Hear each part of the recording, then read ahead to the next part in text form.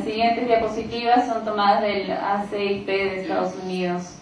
And this is the guidance they're giving in the United States. So they say that the regulatory pathway for the pandemic vaccine would be similar to that of an influenza vaccine. So it would not be considered a completely new vaccine that would have to go through a very long process. It would be the same as the process for doing the annual approval for flu vaccine. Según las guías de regulación siendo dadas en Estados Unidos, el proceso de producción de la vacuna para H1N1 puede seguir el mismo camino que ha estado siguiendo la vacuna de influenza anual. So in other words, all the parameters that are used for the seasonal vaccine would automatically be considered for the pandemic vaccine. And so it would be very similar to the annual strain change for a seasonal vaccine. De esa manera, todos los parámetros que se han venido utilizando para la vacuna de influenza anual pueden ser utilizados para la vacuna de la epidemia y va a ser similar como si se produjera una vacuna para una cepa nueva anual. But even still, every year, it takes a month or two, and this is a subject of much discussion now, because you do need to do a limited study in humans. You need to take a small number of humans, give them the vaccine, and make sure that they make an appropriate antibody response to the vaccine, and that takes a month or two, but right now we're in a very big rush, so there's discussion about whether even this step should be done. De todos modos, el proceso demora de 1 a 2 meses en los que se hace un estudio pequeño en humanos para ver si producen la cantidad adecuada de inmunidad. Sin embargo, por el apuro que existe, hay controversia de si este proceso va a ser utilizado en la producción de la vacuna. And as far as other vaccines, so this would be a typical egg-based vaccine. As far as something like a cell-based vaccine would be concerned, if there was an emergency declared, an emergency use authorization could be produced, could be approved for, say, a cell-based vaccine, and could be approved relatively quickly. So the door is open for emergency approval of a cell-based vaccine in the United States. Lo mencionaba anteriormente, es tomando en cuenta la vacuna producida a base de huevo. Sin embargo, existe la posibilidad de, si se da un permiso en caso de emergencia, se puede producir vacunas con cultivos celulares. Sorry, and I meant to say that includes not just the cell-based vaccine, but the adjuvanted vaccines, because right now the adjuvanted vaccines are not approved in the U.S. either. No solamente las de cultivos celulares, sino también las vacunas con adyuvantes, que por el momento no están aprobadas en Estados Unidos.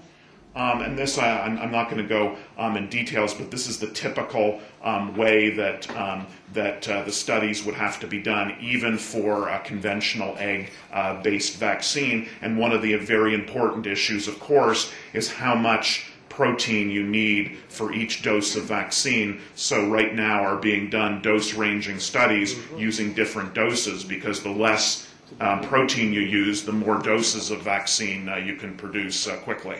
Estos son los métodos que se utilizan para la producción de la vacuna, y uno de los temas importantes es la dosis de proteínas que requiere cada vacuna para ser eficiente. En la menor cantidad de dosis de proteínas que requiere la vacuna, se puede producir mayor cantidad de dosis.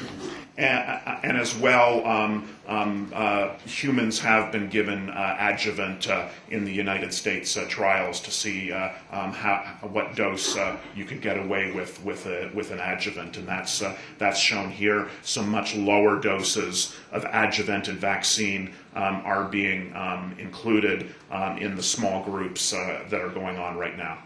Ha habido ensayos hasta el momento en Estados Unidos dándole adyuvantes a humanos y sí se ha logrado ver que se puede lograr inmunidad con una dosis menor de proteínas utilizando los adyuvantes. There are a different issue is what strategy you might want to use in a vaccination program if you're also going to give the regular seasonal flu vaccine. And the main question is, do you give the H1 vaccine and the seasonal flu vaccine at the same visit to the health post or the doctor or whatever setting you're using?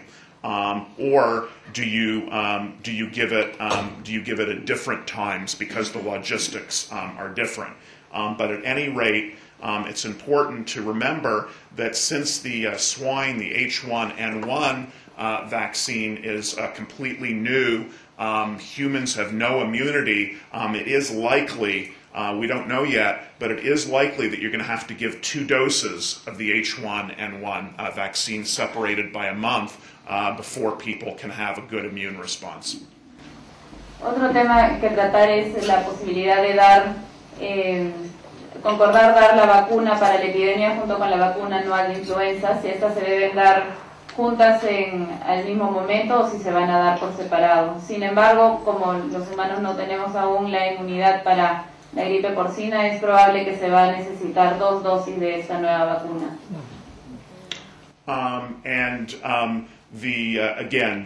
Just to emphasize, the seasonal vaccine does have H1N1 in it, but it's a human H1N1 and not a swine, so you need to give both vaccines.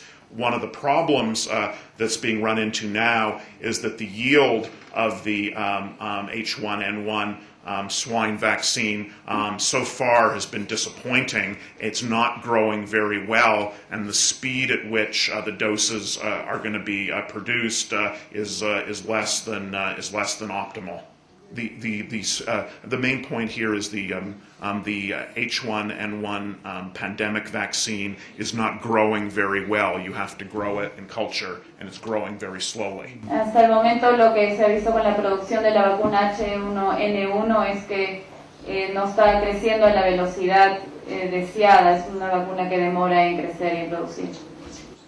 And so a number of plans are being, all the public health authorities are asked to produce different plans for vaccines becoming available, because it's not even known by October how many doses will be available, for example, in the United States. So, optimally, we would have 160 million doses ready, right away, and then 30 million more doses each week. But nobody really knows yet, so the planning has to consider multiple scenarios. Hasta el momento no se sabe cuántas dosis se va a lograr producir para octubre. Se le está solicitando a las autoridades de salud pública que vengan con planes nuevos para producir dosis. Idealmente sería 160 millones de dosis para empezar y luego 20 o 30 millones por semana, pero no se sabe si esto se va a poder lograr. So the last couple of slides, so different organizations have come up with different plans for prioritizing. Clearly, vaccine will not be available for everybody all at the same time, so you have to develop a priority plan. Hasta el momento se está logrando algunos planes de acción para lograr vacunar. Está claro que no va a estar disponible la vacuna para todas las personas al mismo tiempo, entonces se va a tener que priorizar.